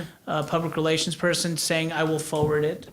So, but nothing official yet from the school. I think that avenue is an important one to pursue too. I think this is the kind of problem where you kind of, line up a whole bunch of weapons, so to speak, or, arguments or approaches to solving the problem. But I think the kind of the common courtesy is to give them the chance to respond or not. And if they, and hopefully they will respond, and we'll see, see what happens. But I'm Okay. glad to be a part of that Thank you. effort in whatever Alex, way. you're the ones that are being harmed. You've got the power. We can back you up. Back you up, But yeah. you've got the power. If you could stop them here and make them understand they can't do this, there's no way in hell they're gonna think about putting on a practice stadium on top of a parking structure that'll even create more The noise thing is, I and don't more want it to be a light. connection at all, because honestly, But you don't have to bring that up. I know. But they're gonna know, if they can't get away with this, they're gonna sure as hell know they're not gonna get away with Yeah. something even Right. worse. But let me This noise mention, and- this noise issue, which has been growing, was prior to I don't even know when that was proposed, but this has been an issue for a while. And it's just incrementally been getting growing worse, and growing yeah. with the addition of new things, new music, new Drums. drum corps. They now started chanting, but in unison, and it's so halting and disturbing. It's like, so, and just let me finish by saying that one Friday, the next Saturday in the morning at 8:30, they lend out their field to outside leagues. So here come the screams, the yells of passion from the fathers, the whistles blowing. That goes all the way until 6 in the evening. Sunday we had a reprieve. It was Labor Day, in the morning. Again, whistles, screams, and players on a national holiday. So one day out of a holiday weekend where we're supposed to reflect and rest, it doesn't. And of course, those daytime activities aren't covered by this, right? But I know, maybe Sundays and But a Sundays, and holiday. I believe holidays, they told me in the past when we've had, I believe it was Memorial Day, they had people on the field, or it was July 4th, it was a holiday, Yeah. and no one's really, and they told me, they don't have anyone go on their fields on holidays when the So school's closed. they're not entirely transparent about what their Or operations someone's not, are. one hand's not speaking to the other, common problem. Their people, not. Their people, who they not rented outside. out. Yeah, leagues. right. Because they do lend out to outside leagues. Well, What time in the evening is all this noise going on? Most of the time, it can go, they've actually brought it down, 2 weeks ago, I wasn't in town on Friday, I couldn't, but it was till 9:25, 9:30, So but they've it's- gone until 10. But it starts around 7? Around dark. No, well, their first league starts at around 5:30, I believe, I could be wrong. No, it starts, their JV, their junior varsity starts before their varsity. Yeah. And, honestly, if it was just the kids playing, and even some of the screams, it's okay, but it's all the additional stuff that they're throwing in there. There could be a game peacefully played at night. To me, it seems a fairly simple thing that you have an athletic department, you have parents, you have students who are all doing their thing and trying to make their thing fun, but there's an administration, there's somebody who's supposed to be, there should be somebody at the school who's like a compliance person who needs to make sure that the athletic director knows that these are the rules. So it's conversation probably that we need to encourage conversations internally to Harvard Westlake's organization that they probably should be having on a routine basis anyway, but are not. So, Right. the athletic coach gets scratched, I didn't know that. It's probably, what will end up happening at some point. But Richard, working with Hollywood Bowl, I do know that they have a homeowners committee that works with the bowl. Yep. And they meet on a regular basis. That's Is a that not that true? would be a great idea. Check that out. Some right? have said over the years, the bowl was there before the houses. Right. Although the amplification came Was later. not. Right. Yeah, Yeah, the that's true. incarnation of the bowl. Right. Same thing with the school. Yeah. Everything changes. If you want to have, wasn't it a In monastery over Harvard there? Westlake's Yeah. case, though, a lot of the homes were there before the school. Right. So it's Country club. different. It's different. So technology today can make things incredibly crazy. And again, Yeah, just want to everything's start amped up. taking issue with it. But thank you. Did I go over a minute? I'm sorry. We Only gave you by grace 5 today. seconds. Thank you. Thank It you. turns out you don't have to use it at all. You right? told me not to. I mean, I don't want to Thanks, use it for guys. one and Yeah, not for the rest, No, right? it's fair. I think, and I think that takes us through public comments. Karen, at one point you had your hand up about something. I don't know. Oh, I was just gonna comment on that because the other day I was driving out of the canyon and I saw Harvard Westlake and I'm trying to get to know the area. And it just jumped out at me as this sort of gargantuan institution that's locked out, locked out the public for most of the time, if I'm correct. It's a private school. It's a private right? school. And people in the neighborhood don't necessarily go there. No. So Well, it's some. taking up a lot of space. Now to hear that it's like this noise pollution is just like, whoa. And so it would be really easy to illustrate that, and that would get the attention of newspapers and politicians. That The wouldn't neighborhood want- council used to meet there. Oh, really? Oh, that's interesting. When the neighborhood council first started, we met at Harvard Westlake, You mean at the church though, or at the Harvard Westlake? at the school, School. At the actual school, interesting. in the auditorium, right? Interesting. That's before my time. Yeah, Well, I remember it. Richard, do you remember? it did, yeah. It did. Among other places, yeah. It- You know, if we can get I them went to meetings. if we can get Harvard Westlake to agree to keep their noise decibels within the city's noise Legal ordinance, limit, legal limit? no way in hell they're gonna be able to put a playing field on top of a parking It's a structure. practice field, though. Yeah, so just a they're gonna practice. say It's gonna be the noise noisy. wouldn't happen up there. Trust It me, would be at a regular Practice is date. just as noisy Yeah, you But there's don't no have the stands. bands or the Without the- parents, No so- band. without the, no bands, you know, but it's still noisy. And what about the light? They wanna put lights up Oh, there. it's ridiculous. I mean, there are limitations, and there's no way Well, they're they'll gonna stay fold on within that them. one. Yeah. Is it just a straight band or is it a marching band? Is it marching No, it's not drums? even, it's not even a band, the drum corps. And are they marching drum corps? Because if it's marching, they would be Now they're practicing static in the stands. in the They're stands. in the stands now. They used to be like on a different, because I can kind of see it from my. Where do they practice now? I don't know, probably in the auditorium. Oh, you mean the band? football team or the music? The band corps, the drum corps. I'm sure in the auditorium or somewhere. Probably inside. Inside, right? Peter, you don't have a recording of that night? I do, it's on that camera, but I can't play it back. It was Okay. loud, even where I live. It's kind of, it's very surprising to me that an institution like that doesn't have a community and a kind of an ongoing outreach relationship with, None. They don't have neighborhood. to. They don't have. They're private. They do in a way. They have trustees they do, I Yeah. mean, by definition, they have a relationship with their community, so. with their trustees, though. Yeah, because Campbell Hall did come to us before they did their expansion.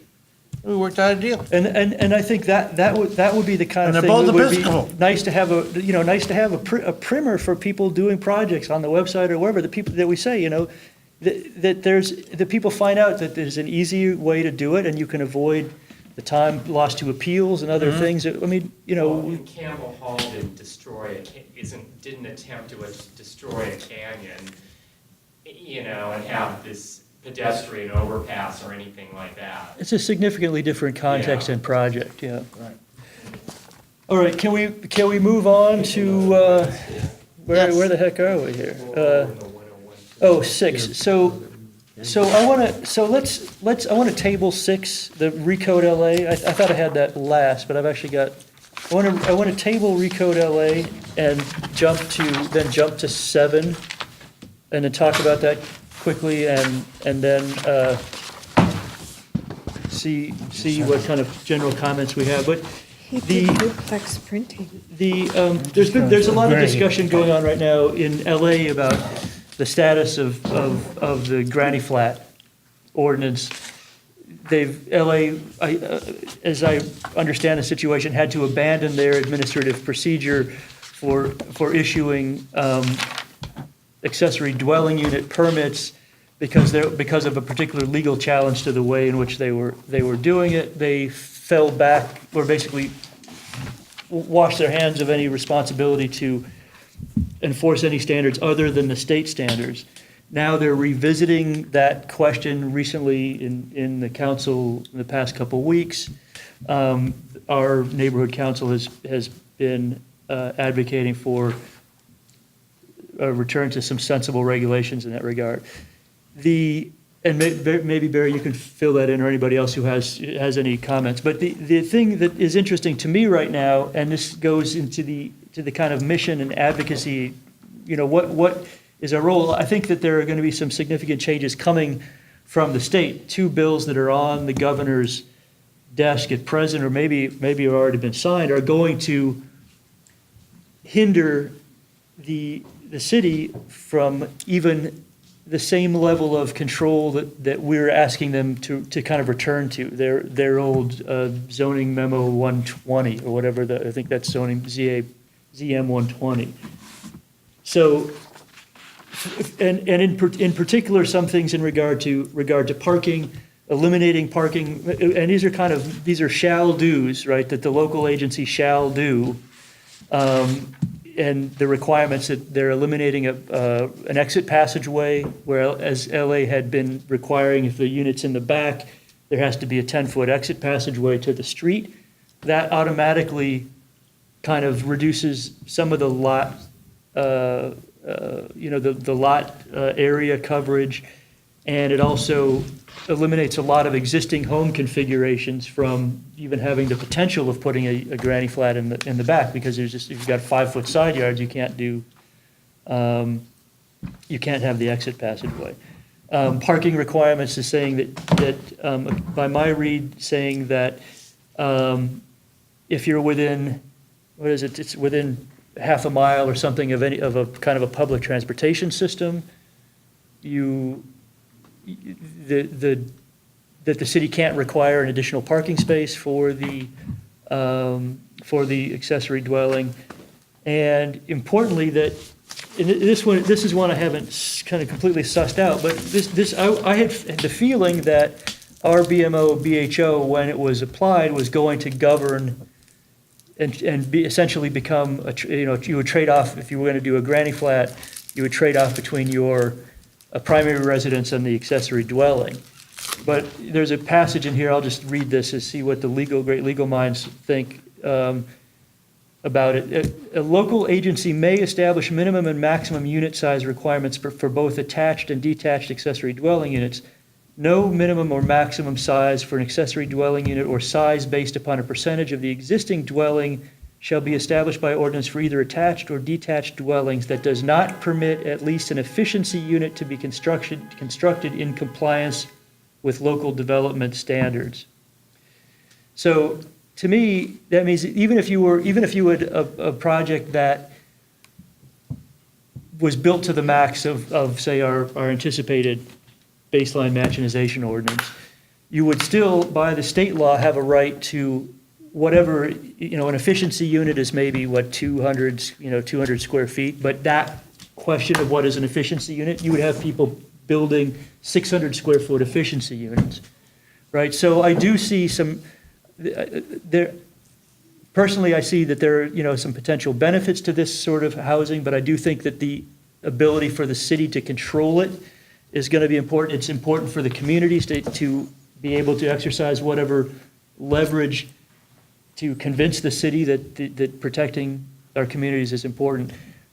I'm wondering if there's any activity, I don't know if anybody with experience, longer-term experience on the council has seen neighborhood councils write a letter to the governor to talk about some of these land use issues. Yeah, particularly that last thing you discussed.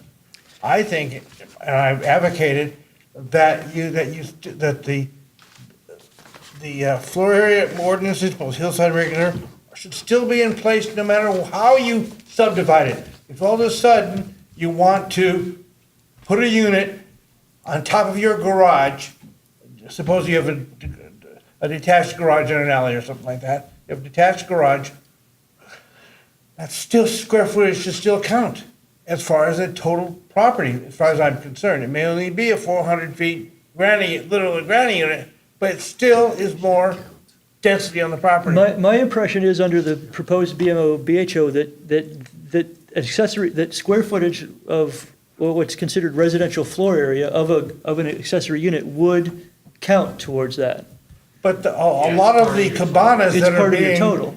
a lot of the cabanas or quasi-cabanas that are being created, the building state doesn't even count them. They don't, ignore them. Right, You if they know. don't have And electricity some or have it's a bars shed. and barbecues Yeah. and bathrooms and Well, kitchens. if you are gonna do a letter or a motion, it's gonna have, you could bring it to the board meeting next week, maybe enlist Rita Villa's help. Yeah, Yes. And vote on it, but it would have to be sent out immediately because Right. the governor It- will either sign or not sign these by September 30th. yeah.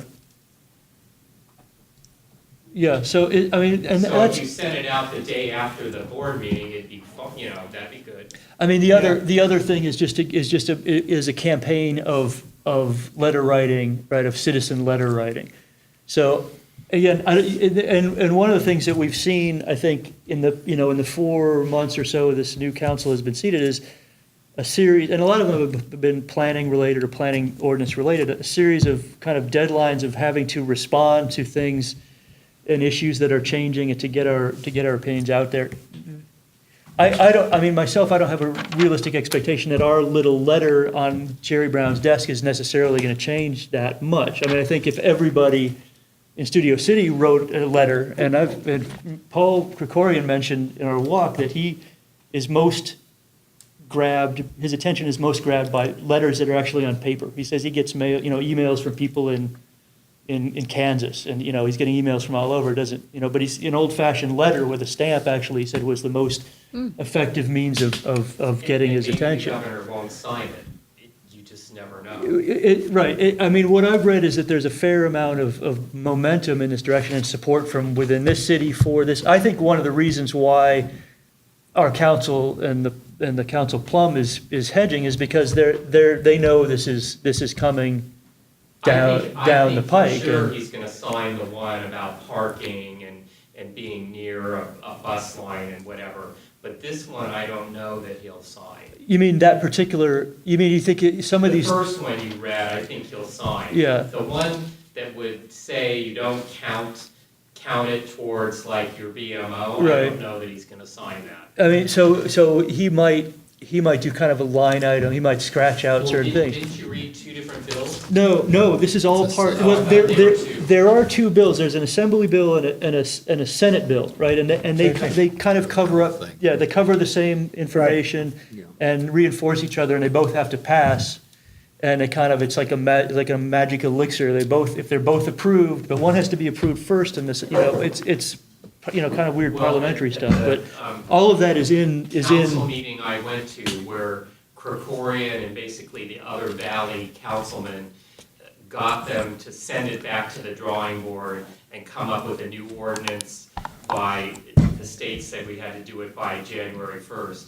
But in that regard, they even told the city lawyers actually knew they couldn't start working on it until September 30th, because they wouldn't know until that day what the governor was gonna do. Yeah. So they're waiting for that day to start working on what LA's new ordinance will be. Mhm.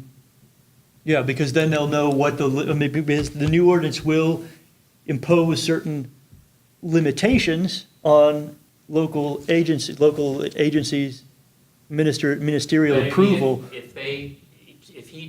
There's gonna be an outcry if he's essentially, if the governor signs that, he's essentially forcing upzoning on single-family homes, across the state, for Yeah. that matter. Yeah, I mean, it's an interesting case to see how it unfolds. I don't know how that's forcing upzoning, because it's like, it would be. It's allowing greater Allowing it. density on lots that are meant for single-family. And that's why everyone, like 80% of the people at that meeting were for the 640 square foot cap on what used to be called granny flats. Because if you want to have your elderly parents live in it, fine. But the state and others, the state was like 1,000 or 1,200 square feet, and people were saying, that's like a 3-bedroom condominium. It's like, and our motion that we sent, and I actually read this part that we voted, that the council voted on. The proposed ordinance before the city council is de facto upzoning without consideration of additional infrastructure improvements. And it goes on from there, and that's what it is. Yeah. It's de facto upzoning if the governor signs it.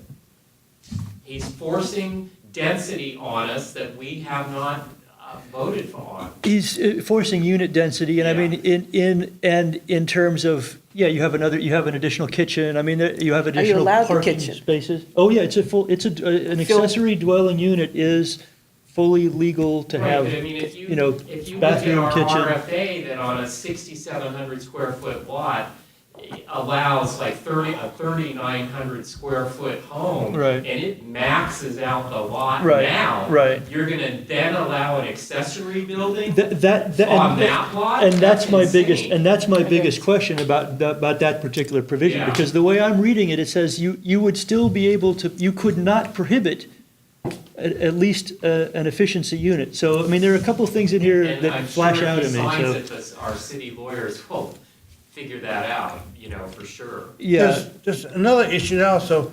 If people try to put these units over their garages, Yes, that's ugly. I mean, it's also an aesthetic issue also. that's covered in these bills too, and it says that if you displace if you tear out a garage to put in a granny flat, you do not have to replace that covered parking, you have to replace the parking on site, but it could be tandem parking in a driveway. I thought this is just basically putting in steel Yeah, going on top. sure. Which is really ugly to the neighbors. Yeah, and see, in LA, you have to still have covered parking. Right. If you do something else with the garage. Right. Which means a roof. Right, It doesn't have to have sides. right. But this, I don't know if you've had a chance to look in detail at those bills. I glanced at it, but I mean, a lot of yeah. it is not that interesting, but the stuff that's in I was there. gonna wait till September 30th and see if I have to read it or not. Yeah, no, I mean, I certainly, I understand that approach, and I don't, I don't necessarily want to respond I don't think it's necessary to respond to get a letter to Jerry Brown. It's useful to consider that in other circumstances that we'll likely, But I don't think, I encounter, agree but- with you, I don't think it would have a lot of you know, impact. but I think it's interesting to discuss as the land use committee that these, that's not only the city, but also obviously the state, and in some instances, building, regulations, the federal government that is trickling down. I think as an institution, there'd be a little bit of political fallout, because if Studio City Council comes out against the granny flats, that also, from my perspective, comes out against the idea of more affordable housing. So it's like, if we don't have to take a position on it, then, But this isn't supposed to be affordable housing. It's not supposed to be housing that Granny. you build, that you rent out. It's granny, It's granny, supposed to be for your family. granny Or flats. extended family. Well, why I it's mean, called granny. in that terminology, but the expanded justification of that from the state is talking about And the reality idea of is, affordable even if housing. we say so, it will never be enforced in LA, so it'll all Right, be rental right. property anyway. Right, we come So back to that issue of what it's looks de good on facto paper. R1s going to Yeah. R2s.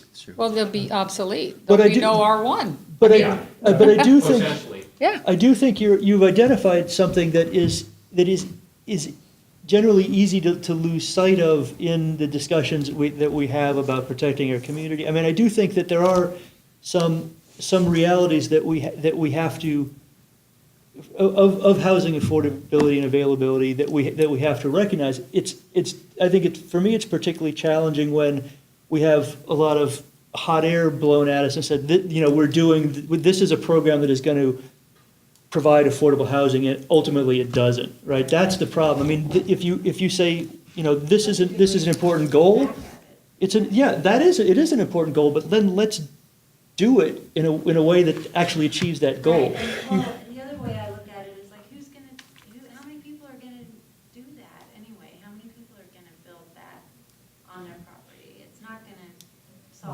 and not necessarily homeowners, but developers who have no long-term interest. But And the that's one of developers are still required to comply with the not more than 5 unrelated adults on the property. If it's a granny, who cares? She's related. Right, But if it's a rental property, they probably are not related. This Right. may not be, maybe a loud teenager, who Yeah. knows?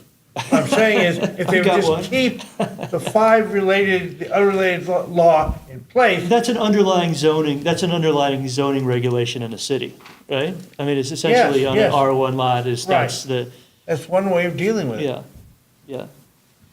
The other issue is they're not, 1,200 for hillsides as well, which is, right?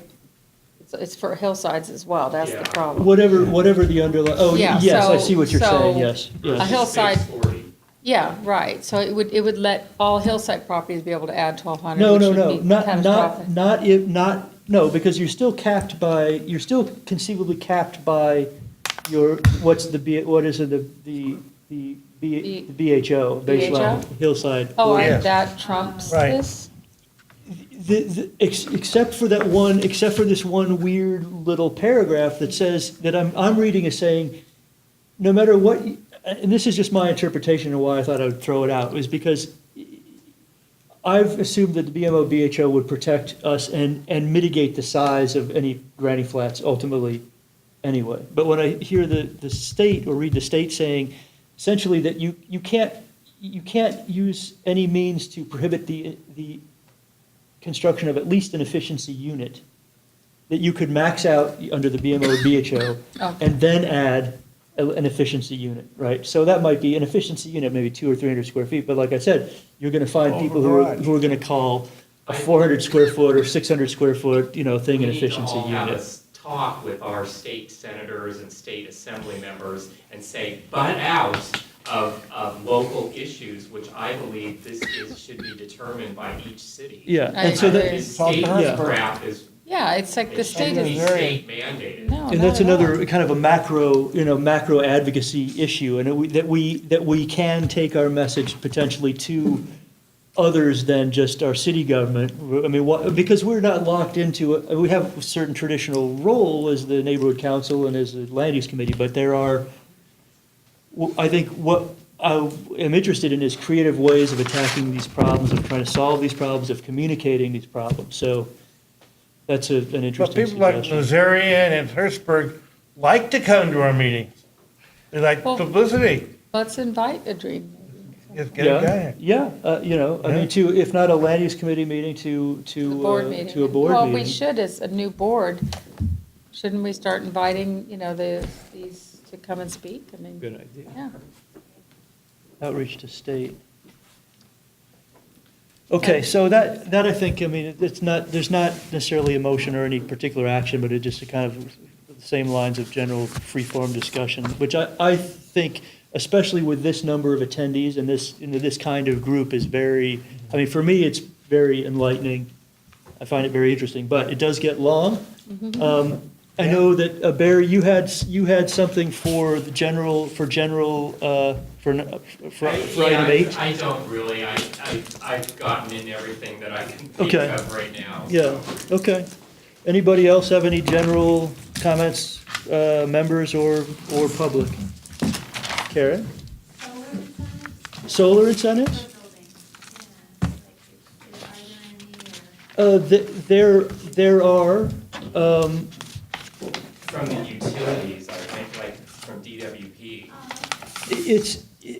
there's different ways that that has been incentivized. I mean, one is through these kind of leaseback programs where private enterprise, Sun City or, I don't, the names, I see the trucks all the time, but, yeah, that they will install and actually own the panels that are on your house, but they will guarantee you a more, theoretically more even utility rate. So, I mean, there are different. But it can create problems if you try to sell your house. Yeah. So Right. beware. Yeah, so there are different incentives for those solar panels. Was it Joanne Watch that out was for doing checking, sales clause.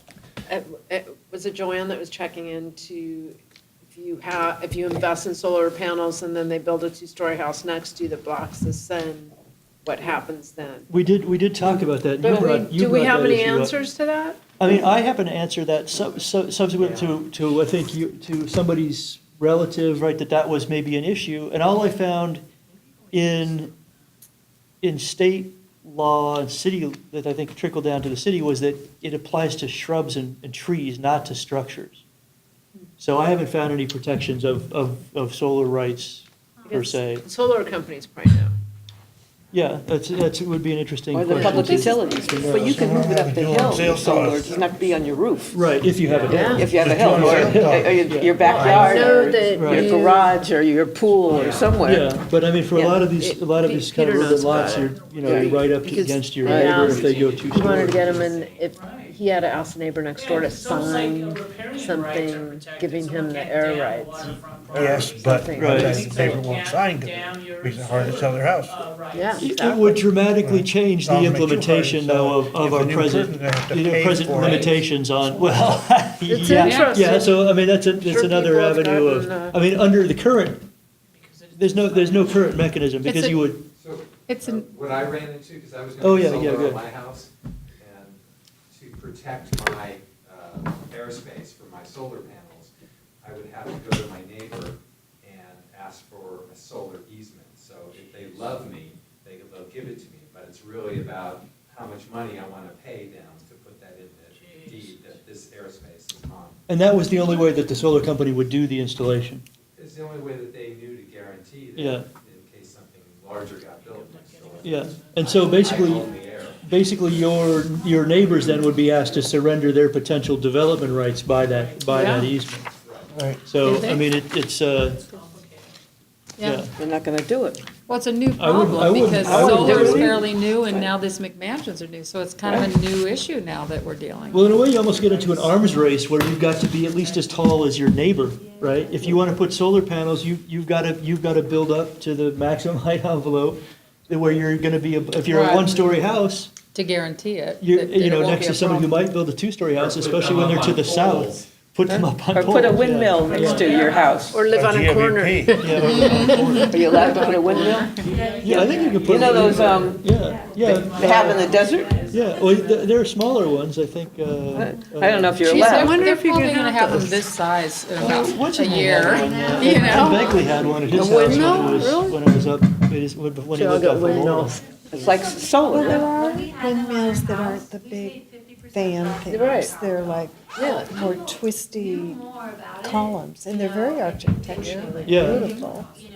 Interesting. I don't see why we couldn't have those. Somebody Probably take come them and with you speak too. and like promote that and get more people to come to the meeting. I think you are the kind of person who would have something to contribute to just about every committee that we have. There's a sustainability committee. Yeah, that's probably So, more. I mean, you know, I'm glad to have your involvement here, but it sounds like you've got a lot of interesting ideas, and that's great. I mean, that's creative thought and enthusiasm and commitment, dedication. I think was what we need, so. And Heidi is joining the transportation committee, so we have a direct link between the two committees. She's coming for your record of most number of committees sitting on. How only many on committees are you on, 3. Richard? I don't know, whatever they want me on. Is there only 3? I feel like I should I'm have only more on 3. committees. Budget here and one other. Yeah. These are bylaws, Bylaws, yeah, that's a fun one. yeah. No, it's not. No? Yes, it It'll be is. fun, you'll see. We're gonna Oh, it's fun? I thought it was fun. Okay. Maybe at the end of the interesting. meeting. Yeah, I mean, So we I can think, For land adjourn. use, I that's think fun. we're, I think we're almost there. I mean, now we're just Well, kind and of cultural affairs. chatting. I'm not taking notes anymore. None of this is gonna go on the minutes, although it's still being recorded and maybe broadcast. I So don't know wave what's going on. goodbye. Okay, are we Wanna call bringing it? anything, presenting anything to the SCNC board at all? We have made no official. I'm just making sure that there's motions. nothing I missed, Yeah, okay? no. In this particular case, some of these I do want to talk about at the next meeting, and we might have other agenda, we might have other topics that come on. But the kind of interim one we don't have. I mean, for example, one of the cases we could have had on this particular meeting was a case that was in front of the Mulholland Scenic Corridor Design Review Right. Board. It's not something that we, Ben was here last week, he spoke about that process, not something we need to duplicate, right? So when we have a kind of a But lull. there's nothing to say about 13303 when it's bicycles. Not yet, although we do have that package, and we may talk about it Okay. next week. The approach to that particular deadline in regard to the imminent appeal Yeah. hearing is that we'll do a president's letter. Okay, So that will, and I've volunteered, or I'm gonna try to Okay. write some comments about that. I think it'll get edited probably by Rita as well, because when I saw that we actually had the package come in. right. Anyway, it kind of diffused my argument that there was a short circuit and a removal of the Yeah. SCNC or the neighborhood council's voice in the matter. I don't know, that issue is only, really, I think it comes down to only the issue of bicycles and the fact that they're counting bicycles as parking. And we just have a statement against that in general principle. That's in the mobility plan, which is still being challenged in Right. court. It hasn't come to a conclusion yet. You mean the mobility plan itself, not? Itself, Yeah. that includes the bicycle parking is in it. Right. Rita had mentioned that one of her concerns relative to Studio City and to that particular part of Ventura is that there's no intention in the long term of putting bike lanes on Ventura. Is that consistent with, They've told us that, but I don't believe their intent. they've told you that they want to? No, that they would not put the woman, I'm forgetting her name, they call her the bicycle czar with LADOT. She said, oh yeah, we'll never try to put bike Yeah. lanes and take away, I mean, we just don't want to have one lane of traffic in each direction on Ventura. Right, sure. And that's what some in the city would love. Sure. To have a dedicated bus lane and a dedicated bike lane. Right, And you can't, Ventura, at least in Studio City, is not wide enough to do that.